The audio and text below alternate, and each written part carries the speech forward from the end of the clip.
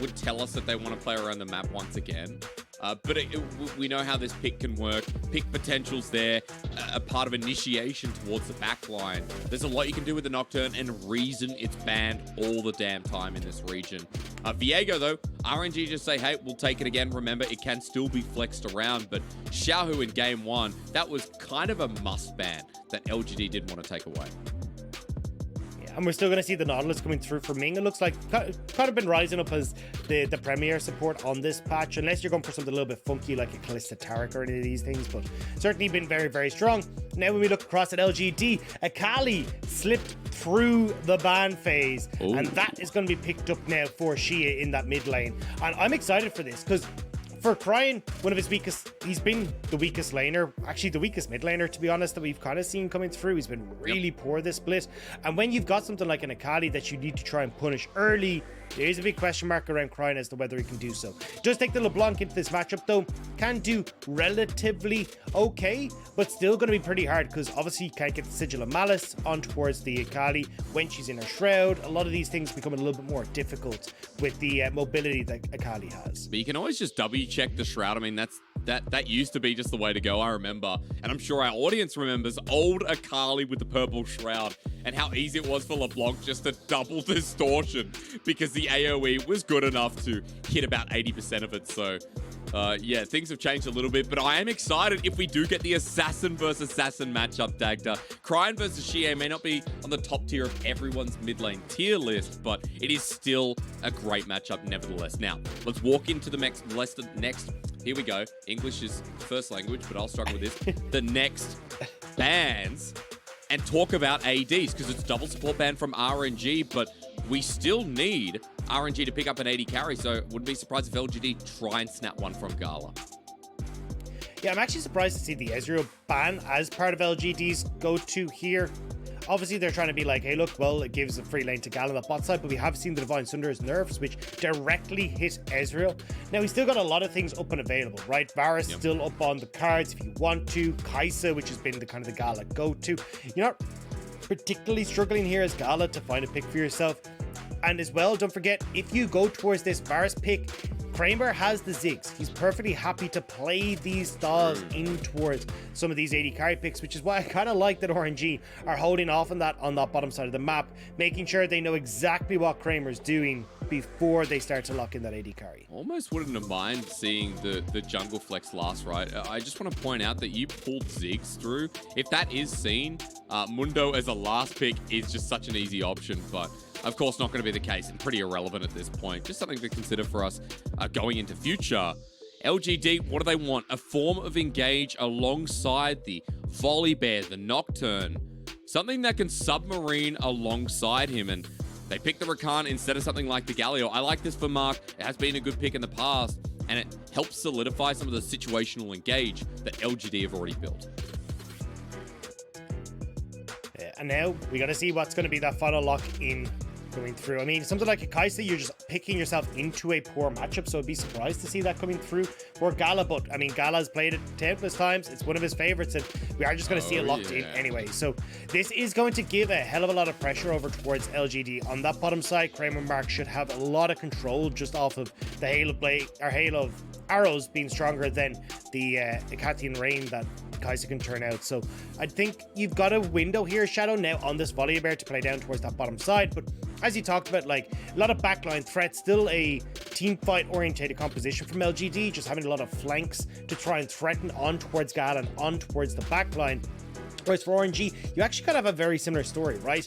You've got this very short range composition that's looking to burst out these key carries like Kramer at the start of fights, and then look to carry the momentum through the rest of that engagement. I am excited to talk more about the bottom lane because I know that as coaches walk off stage, Gala and Ming, their two best champions over the past 6 months have been Kaisa and Nautilus quite easily. I think Ming on Nautilus for the past 3 years has showcased he's one of the best. Again, you look at the tier list from the last hit, Dom, Lyric, and Munchables. Now, sure, Dom and Munchables didn't put Ming #1. I'm pretty sure he was in the top 15. He'd have to be, otherwise that's blasphemy. But Lyric talking about him being the best, like this support has showcased time and time again that he's the foundation of RNG now for a reason. Ming has been there for that long. Xiaohu for even longer as the franchise player. And they're both performing so well. So in game 1, we saw the tail of that. We looking for it in game number 2 as well, as LGD try to disrupt the flow.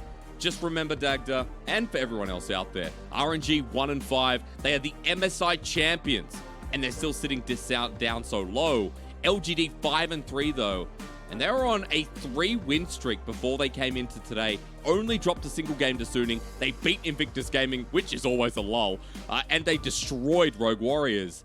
RNG hasn't been the same start of the series, so we're going to see if they can fight back and bring us to a game 3 as we return to the Rift here in Hangzhou in LGD's home arena. And it is nuts to think that we're halfway through the split almost, and RNG are still looking to put their second win on the board.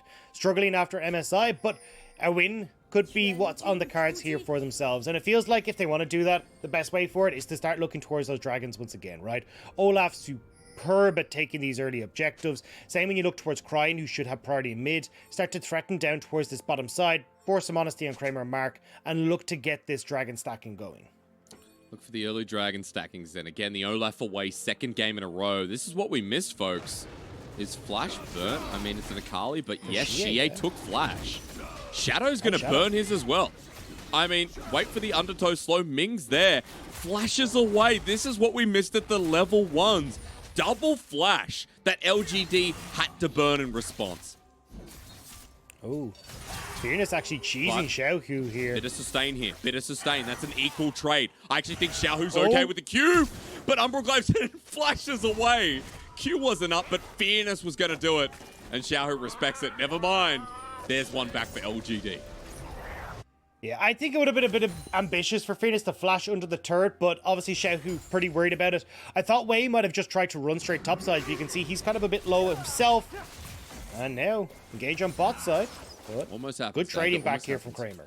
But level 2 going to be hit first here by Gala and Ming. I know you're talking about the strength of Hail of Arrows from Kramer and what Mark can do in this lane as well. Let's just remember, Hail of Blades with a Nautilus when you're playing Kalista is just so good if you can get a dredge line and burst down someone like Kramer on this Varus. So I feel like we always have to respect both sides of the coin. Kind of like what we're seeing in mid and top, right? Like, oh, what is Mark doing? I mean, a bit too far Sorry, forward. so like, the way you play this matchup here is Rakan is you use the fact you've got the range, you push the wave with Kramer, and you never step into a position like here. Like, this is an aggressive stance here when you're playing this bot lane matchup. Yep. So the idea here is that if Ming goes to engage, right, Mark is actually behind the play because Ming can hook on towards Kramer, and then you've got to cross. Oh my what is he doing? Dagda, yeah, you cross in front of the other support, and then you're able to win the fight out as Ming and Gala. You want to take a defensive stretch here as Mark, because what you want to do is, if Ming ever hooks Kramer, you aggress on towards Gala, and then you back away, you nullify that whole trade. But the positioning for Mark there means that Gala and Ming are able to trade on towards Mark very effectively. Kramer isn't in a position to try and threaten the AD carry, and they're able to just continuously win out in this trade. So you can see there, although you should have that full advantage on the bot side for Kramer and Mark, Mark's positioning is actually ruining that entire game plan. It's right down in the bin. 10 CS advantage already here from Gala. They get the push up. Good time to back as well with the wave just building up so much. And it won't be 15 forever, as you can see on the bottom of your screen. As good trading here in the mid lane from Cryin. But back to that bottom lane real quick. Double longsword picked up from Gala. He's going to be walking back to lane very comfortably. And in this time, it means that Ming can roam around. He can hover around this mid lane in case Shadow shows up. Because Shadow wasn't spotted on the top side after he backed, after clearing away the scuttle. So I like that Ming already adding a bit of pressure on the flashless Akali that we saw at level 1. And I also want you to look at Wei's pathing as well off the back of this, right? Cryine's going to shove in. He TP's mid. He's full mana. He's in a great spot. Wei will get down towards Dragon right as it's about to spawn at the 5-minute mark. Gala just hit bot side wave. He's now able to shove that in, and he'll have priority for that Dragon as well. So it's setting up so nicely for this early win condition we're talking about of trying to get these Dragons going for RNG. Set the objective up on the board. Dagda, talk to me a little bit more about what happens as we get into mid-game, right? Let's move away from objectives for the time being. We did talk a lot about solo lanes coming through here, and with LeBlanc versus Akali, is it snowball? Is that really like the key word that we should be highlighting with the drafts overall, or just the mid lane matchup? I definitely think the level 6 onwards is where LGD need to start to get that ball rolling. Because you got Xiaohu on this Viego. We've just seen what he can do as Shadow. You got no flash, buddy. I think you don't want to fight the Olaf. Undertow connects again. He flashes.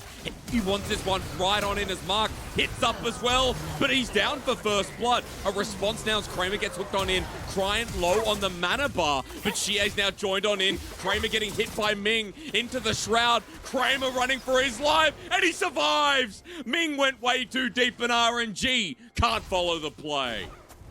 RNG had no priority bot lane. Even though we said Gala could have hit that wave and got to the point where they could have threatened Dragon, Gala actually let the wave pushed into him, tried to freeze the wave instead, and it meant that when RNG go for that play, it's LGD's bot lane who moves first, and Shadow barely survives as Wave's not able to finish him off fast enough. And this whole play has gone disastrously now for RNG, but literally as we're talking about snowballing, LGD are getting these kills. And they're building momentum up. Seems like that is the key word for today, because Shadow is coming back top. He almost has level 6, about half a HP bar, but Xiaohu trying to solo Fearness, but darkness available. Oh, no. Are you ready? Paranoia in. It's a bazooka kill for Fearness up in the top lane. And it's the game that's been blown open off of it. You've got to kill now topside, kill in that bottom lane as well. And now RNG, yes, they'll get the consolation prize of the dragon, but when LGD are getting control like this, getting Xiaohu set behind, they're doing so much more for how they want to play at this game. They are, and I like that the dragon response comes at a price here. Even though RNG, one of these objectives you talk so heavily about, Dagda, LGD giving the iron price right back, and Shadow setting up Fearness. Oh, Xiaohu's dead. Xiaohu's dead. Xiaohu's so deep. You don't even need Paranoia at this point. Stormbringer's now available. Let's see the flash forward. Xiaohu burns his own, but he's still feared, stunned up. Stormbringer says goodbye to the turret, and LGD give another one to this top lane rising star. Xiaohu tried to shove in that way, but it's such a big mistake and overextension. You know that you've still got that topside control for Shadow, and he just walks in. And now you get this super nice reset to come in from Fearness right as Rift Herald's about to come up as well. They can threaten on towards that, and it's all coming up clutch for LGD. Ming far forward. I said this is dangerous because you have a serrated Dirk on top of Kramer. Ming at this point in the game is a Nautilus without that little bit of hit.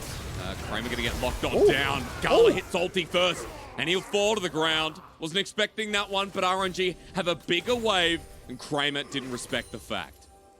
Yeah, I don't think Kramer was expecting it either. That managed to sneak its way in behind Mark and actually connect onto the Varus. And Gala, Killer Instinct up and available. They'd already got that wave pushed in, and meant that they had the level 6 advantage over the LGD bot lane. Dagda, it's massive, because Mark's not able to hold the wave. Look at the CS difference. That's 30 CS for the bottom lane AD carry. A kill picked up now as well. No plating, but I expect us to be close to the mythic item. Gala will give us a showcase in a second. Okay, Berserker Greaves instead. He's leaving base for now, so that 1,100 gold spent wisely. While RNG are up top, RNG moving all of their bottom lane up here as well after everything went wrong for Kramer. And that means LGD have to respect that this Herald is just given away. Yeah, to get the faster reset, Mark was staying in that bottom side as Ming roamed up, so numbers advantage topside for RNG, and that hurts for LGD. When they were the ones that had control topside, wait, don't bite off more than you can chew. No, he's gonna back away, but still, for LGD, like, they had control topside. You got a 2-0 Nocturne. This is the side of the map you should be playing towards because that's where your strengths are. But unfortunately, because Kramer and Mark have lost the bot lane so heavily, Ming's able to transition that strength top, that advantage that they picked up, and actually push LGD back. And this is something that we see a lot from Kramer as well. Like, if you look at his stats, Kramer, goal difference of 15, CSD at 15. He's 15th in the league for a team that's actually relatively high up in the standings. Yep. It's Kramer consistently falling behind. It's Kramer, and let's not forget, Dagda, you got a little tilted at Mark in the early laning phase, so we'll call a spade and say that Mark's not having a great game either. Don't look at the kill, folks. Just look at the lane state, because Gala still almost 30 CS ahead here. And he walked up towards the Herald. It's huge. It really is. We can see gold values on the side of our screen. 400, you're dead right. And the rest of RNG aren't doing too bad in CS. Top side is the only lane that's really losing out, and that's because Shadow wants to be a bear bully. And we might see it once again. Shadow is up here. Xiye has the teleport advantage as well. He might just TP to the lane. Stormbringer for Shadow, waiting till Xiaohu comes out of vision. The turret back on in. He uses the Heartbreaker. Xiaohu buying space, but Shadow's ulti comes in fast. Fearness has popped the ulti, but he survived. Not good for LGD, not good at all. Reset as well, and you're going to get yourself another Heartbreaker. Good dodge from Xiye, but he's feared away. Xiaohu's little reset comes at a price eventually, but Xiye to his certain demise, with Wade picking it up. Xiaohu survived so damn long on that play. The fact that he managed to give them the rigmarole all over the place, flashing, using the dashes, getting the stuns off, meant that they just couldn't kill him fast enough. And the members of RNG were able to move up towards that top side. A good read from Wei and Cryin as well. We just said, hey, look, Xiye's resetting. He can TP to that play top side. But Cryin and Wei had already moved up there to give that support towards Xiaohu. Well, game's back to near even. Somehow, after RNG lost so much, especially the diving in the top side, that's worked out twice before for LGD. And we can't forget the bottom side play where Ming went too far. We'll have a look again, Dagda, because you're right, Xiaohu just bought so much time. Yeah, the flash back into the Shroud as well meant that they couldn't really get on top of him. The paranoia then comes in so late, and Shadow, he's got to back away from this play. He's tanking up the turret the whole time, knows that he doesn't really have much more that he can offer, and then eventually Xiaohu does go down barely to this Akali, but it was very close to being a 2-for-0 trade. I mean, that Spectrum War, if it hit, 100% the 2-for-0. But unlucky it doesn't. Xiye at least gets something back, but RNG are stacking these objectives like you wanted to see, Dagda. And now, Mark walking in, the depth charge connects. TP on the back end, LGD want to contest, and Xiye and Xiaohu are fighting it out.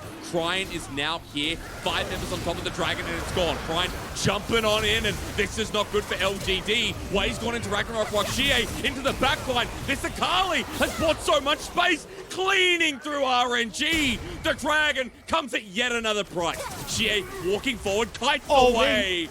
This man on Akali setting themselves up for success. Shadow wants to re-engage, but so does Xiaohu. Running head first into Xiye, he flashes away. Gala hitting like a truck even at this point in the game, and Shadow walking into it. At this point, LGD need to be careful as Gala at half HP. He supercharges forward. Kramer's still in it though, and Fearness into the back line. Ulti's back up but available. Heartbreaker disengage. Ming as well, 2-man knock-up. Mark finally pays his debt to the rest of LGD. Ming survives with a great stopwatch though, and Kramer doesn't have enough mana for Q. On a hair's breadth, Dagda, but LGD definitely won in the end. RNG in these early skirmishes are not... We're still going. Hang on, what? Okay, I'll take a breath. We'll try again. TP in the backside. TPs. LPL delivers. Reset time. And now you get movement speed from Xiaohu while Mark is dead to Wei. One auto to do it. Kramer's dead as well. And now I can say RNG won the fight. I mean, TPs and this series, man, being able to turn around these fights. We saw it game number 1. We see it now from Xiaohu game number 2. So at the end of things, we're back to 8-8 in the scoreboard. Gold, dead even. Tower's going to be going in favor of Xiaohu on this bottom side, though. Dragon does go to RNG as well. So, as you say, like, a lot of back and forth there, but it will be kind of a win for RNG because of a bit of extra gold and also because of that dragon. Yeah, I don't know, Dagda. I don't know what to say after that. I mean, we're just trained all over the place. And MSI champions, eh? Yeah. Hey, MSI champions, world attendees last year as well. Yeah. Let's not forget LGD 4th seed. Somehow. And I mean, look, let's be real. I mean, they deserve the 4th spot after what we saw domestically as well. LGD had a really rough last split. If anyone didn't tune into 2021 Spring, this team was pretty... So I'm glad that now LGD is still putting up a fight and they're still looking good in some of their games, but losing a little bit in the process. Wei will pick up that solo gold because turret plating was still available. But now it's 15 minutes just about. Mythic starting to get picked up here. And Wei getting proactive on the map around this next Herald. Yeah, and I want to start looking at these items, right? Riftmaker completed, Divine Sunder completed for Shadow. You got that Stridebreaker as well for Fearness. Like, they've hit a really strong spot. So you can see here, they're pretty happy to try and force this Rift Herald on top side, knowing that they've got a stronger top half of the map. Whereas when you look at RNG, they're going to see if they can just trade that for pressure on Xiaohu bot side. Should be able to take this tower off the wave with Fearness not really being in a position to try and contest that. All right, so just a free objective in the end. Dagda, let's go through conditions again. I'm very curious as to what changes because everyone is even. I want to point out that Gala's still without a mythic item because he wanted the early Q upgrade. He's level 9, so he has that for sure, folks. But Shadow now looking towards the top side. Ignore me for the moment. Cryin does not have a mythic item, so him getting out of this as well makes it a little bit harder. He double distortions, jumps back, Marks use the quickness. Gap closes though. Cryin play it around, but Xiye will have none of it until he realizes it's the clone. Cryin duked 3 people, and RNG are getting bot turret. And he giggles his way on the way home as well. I don't know if people caught that on the camera, but now RNG, they get bot tower. You're trading a tier 2, and don't forget, with the changes on 11-13, that's 250 extra gold because that's a tier 2 local gold split between those 2 members as well. And looks like Xiye will actually get that solo gold there for himself, though. You can see 600 gold into the back pocket of Xiye. Gonna make that Akali pretty damn strong. Man, people say things about Cryin, but not this time as over-the-wall heartbreaker, but Wei is nearby. If Mark gets caught out, there will be retribution.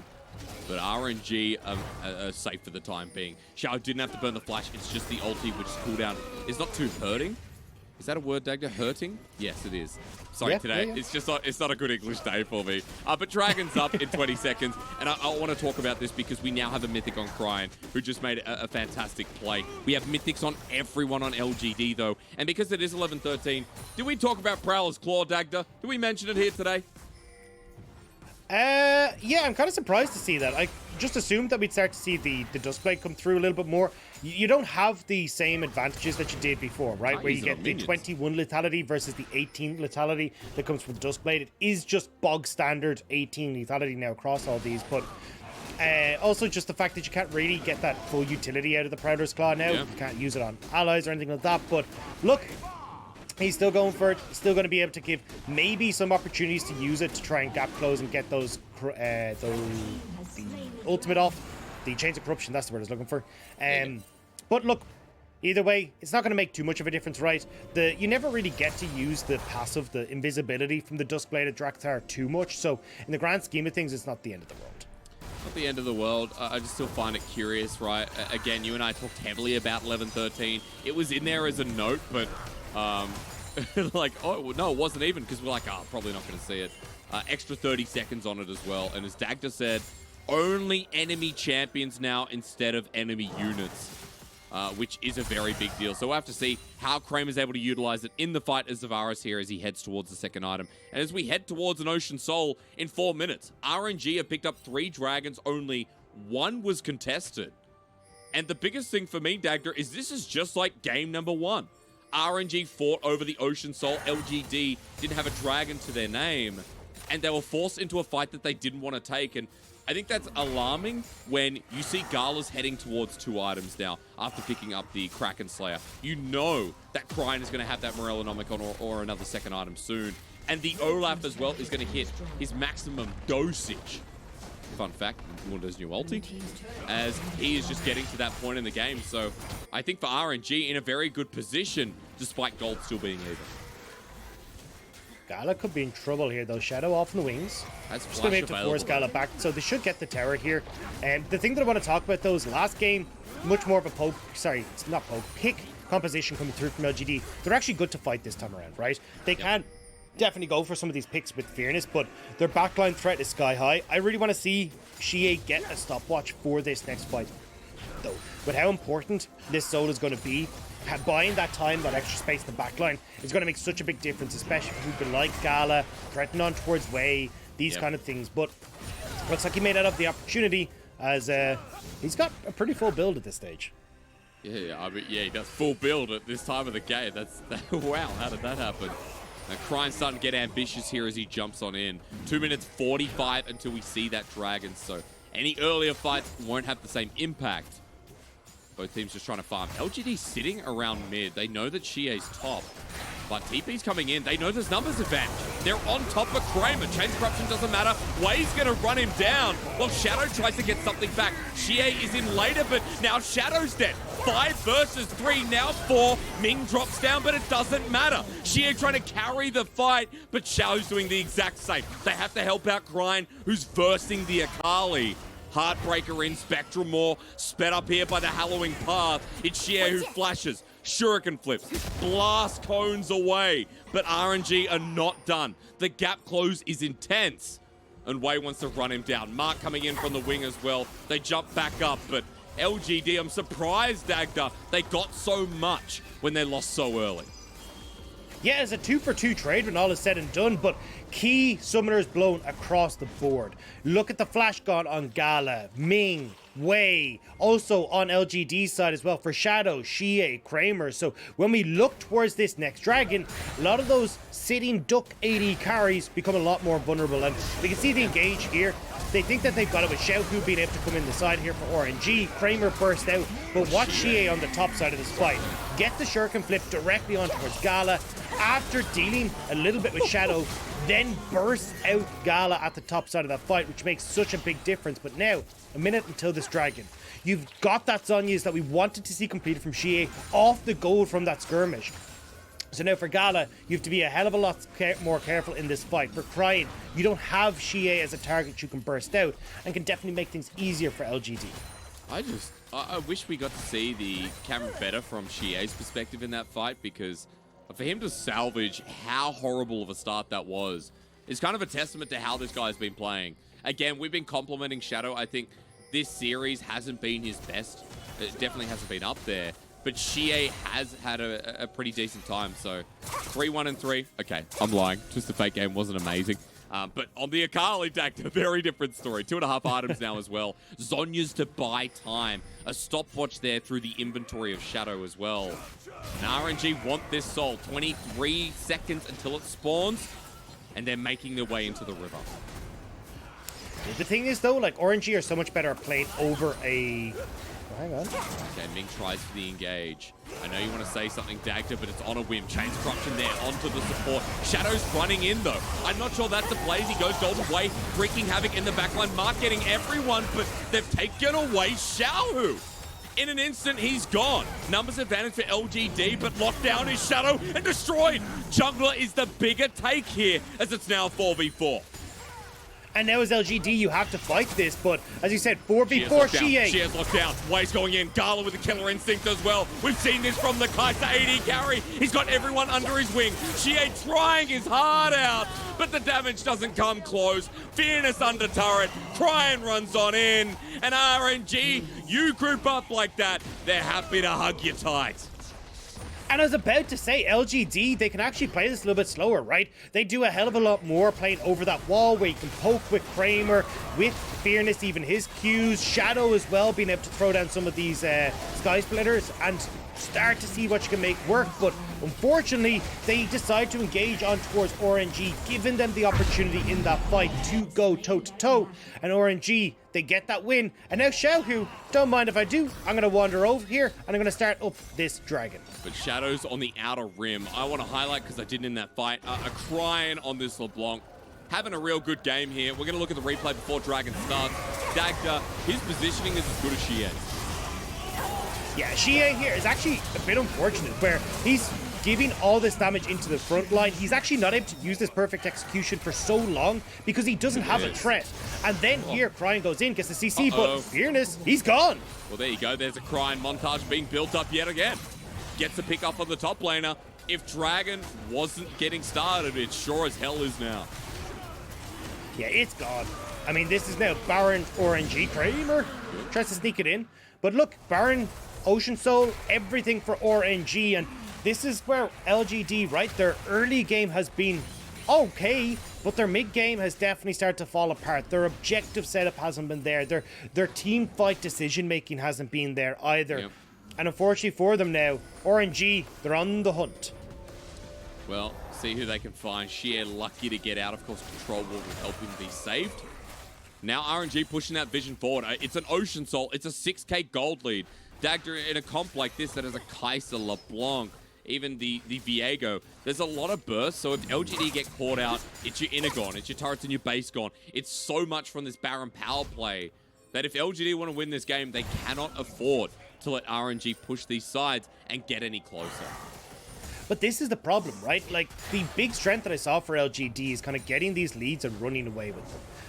When you get to this mid to late game macro, that's where RNG are favored. And although we did see RNG making a couple of these missteps in game one when it came towards skirmishes, LGD weren't able to run away with it. Yep. And now we're seeing the same again here, where Xiye, although is in a good spot, isn't really far enough ahead that he can carry this game. Shadow as well, who's also been the mainstay for LGD, he's behind. He's 0-4. He's gone towards this super squishy build that I'm not a fan of whatsoever. And it means that he's just another target for Cryin. He's someone that Xiaohu can burst down. There's so many people on RNG that Shadow can just be blown up by. Yeah, every time we see this Volibear, it has just been the Divine Thunder first, and most often the Zonya's Hour coming through second. As we'll see one on the supports, I'm sure. TP coming in mid. This is Xiaohu joining into the fray. He's 2.5 items strong. Gala the same as well, but 14 stacks on Majais. If LGD want to win this game, they need to kill this LeBlanc, who right now has so much ability power. Again, our screens are about 240p, so if anyone sees in the bottom left, let me know. But RNG grouping up as 5 Dagda. They're so strong. You know, Cryin alone, if he runs in, he gets that chain combo. Kramer's going to die, Xiye's going to die. Wade doesn't care that the whole team's in. They're diving beneath turret. Chains of Corruption and Cryin! Double distortion! That's what you need, but he's still at full HP. He's still threatening under turret. Watch out! It's Savion LeBlanc like a fine vintage. He's really accelerated through. We taste, we deliver, and we say, boy, I'll have another bottle of this version of Cryin. And it looks so much better. This version of RNG with priority mid, strong junglers, strong top laners will take the 2-0 win against LGD. 2-0 for RNG is exactly what they need to get right back on track. 2-5 now, it begins. And it does feel like that step towards back towards what RNG were so good at, was actually being able to play out through these sidelines, play these strong macro-oriented mid-games, and win out just through their team fighting and the advantages they'd picked up. Now, this game specifically, you could see LGD tried their best, right? Xiye, some of these skirmishes, was able to get big picks, able to find these advantages, but LGD just couldn't transition that into anything against RNG. They really couldn't. It's disappointing, and it's funny because I came into today saying, oh, we're really hyped up on LGD. We don't need to do too much talking. Let's mention Shadow and then get on with it. RNG with the team that delivered today, and it was really disappointing that LGD didn't have the same flair. The same flair that we've seen out of Shadow that Xiye showed us in game number 2. There are good players on that roster. They have been performing well, but LGD, just like that, their 3-win streak has ended. And RNG and their 3-loss streak as well, Dagda. Good to see, especially since this weekend, RNG are versing Invictus Gaming, and no one can say they know how that matchup's going to go. Yeah, and I felt like coming into this series that LGD was probably the worst team to punish RNG where they're weakest. Like, we talk about, hey, look, you know, potentially getting, get mid priority and turn that into invades on towards Wei, setting him behind. We just didn't really see that from Xiye and Shadow, and it's not something that they've been particularly good at doing, so I wasn't really surprised we didn't get to see that. Then as well, when we get towards this mid to late game, RNG have been exceptional at setting up for objectives, getting vision control, keeping a lot of the waves in check through Xiaohu, you know, Ming having control of the map. But when we look at LGD, we look at late resets, we look at these kind of things, and when it came towards team fights then around these objectives, RNG just had more information, knew where they were, and specifically for people like Xiye, in this game specifically, who he needed to find flanks, needed to threaten Gala, he wasn't able to get into that position, whereas Cryin, as you can see from the damage chart, did a phenomenally better job at being that threat in these fights. Oh, he had great picks. The pick on the Shadow as well. The confidence from this LeBlanc. Cryin gets a really hard time, and everyone who is an LPL fan sitting in that chat, they know that I have more than enough picked on Cryin when he's at his lowest. It's time to praise him for when he's at one of his highest as well. It's kind of like the Cryin we saw at MSI. Do you remember we saw these solo kills coming out? Cryin performing so justly as an LPL mid laner. Comes back and kind of falls flat once again as a bottom tier, but this is a nice look. I really hope that RNG can continue this momentum, Dagda, because this series was over in 57 minutes just about.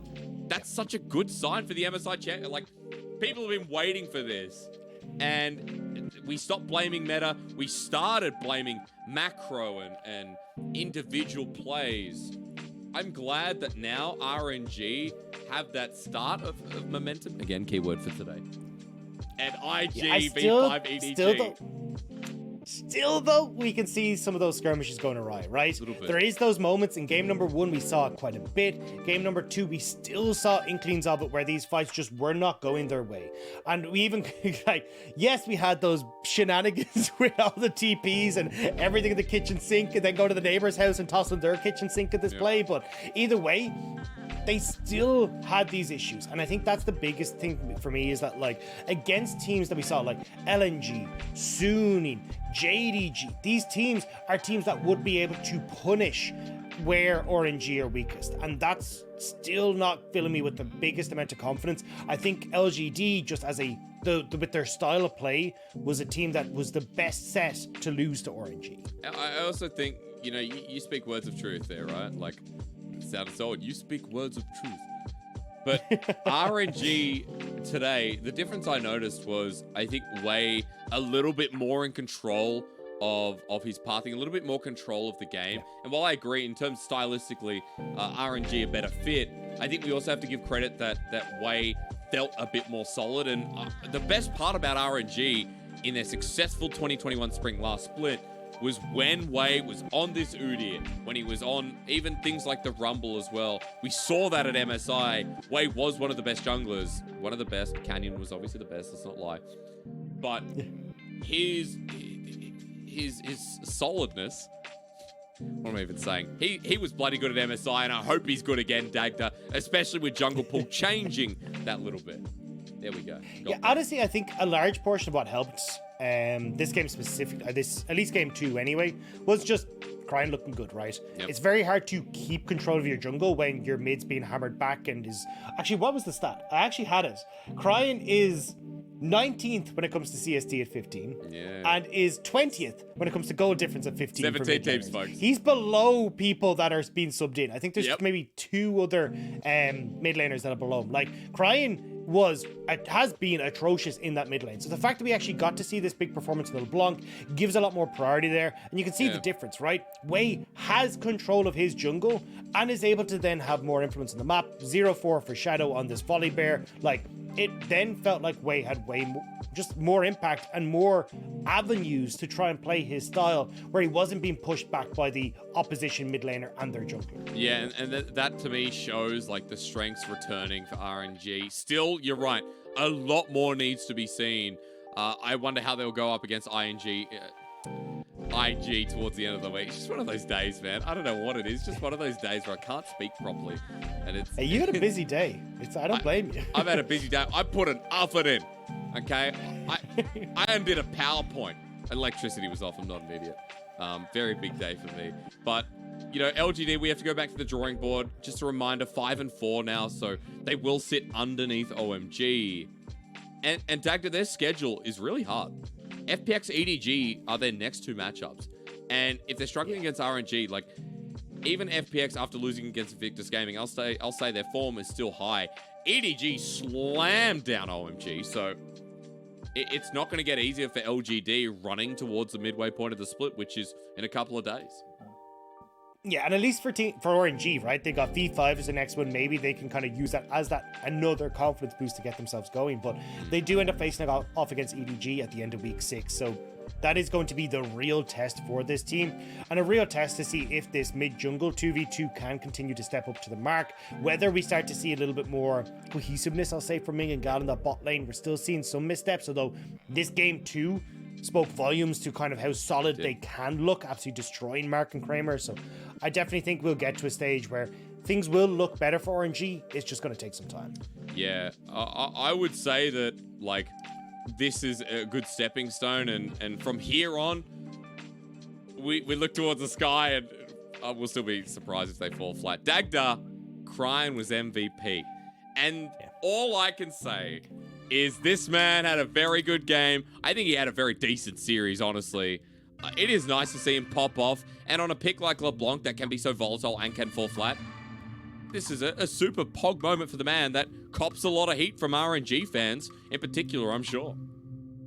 Yeah, and definitely looked a hell of a lot more comfortable on this red side pick, right? Because you're able to get that counter pick against the Akali. Goes for the LeBlanc, and he looks great. And you can see here, like, Shadow absolutely destroyed by him on several occasions.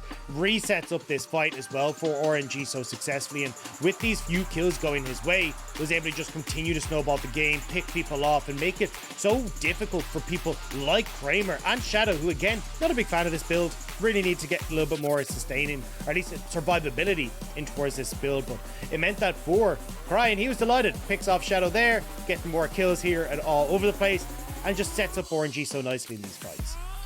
It really did. I mean, you're just going to watch everyone run into a choke, and LeBlanc says, fine, I'll press W, no problem whatsoever. Again, I love the confidence. I think it's a great start. We've talked a lot about RNG, talked a lot about LGD in this matchup. Dagda, I think we've seen a small adaptation from the meta. I wonder if that continues next series. We are, of course, not going to be going to an interview in this series, folks, because we are over in Hangzhou. But it's 8:44, which means we're going to have about a 15-minute break. When we return, you know what's coming up, Dagda? You know what's coming up? It's FPX and BLG. And it's in Shanghai. And the best thing about it is that I think BLG are underrated. And I think FPX just came off a loss. So we're looking at a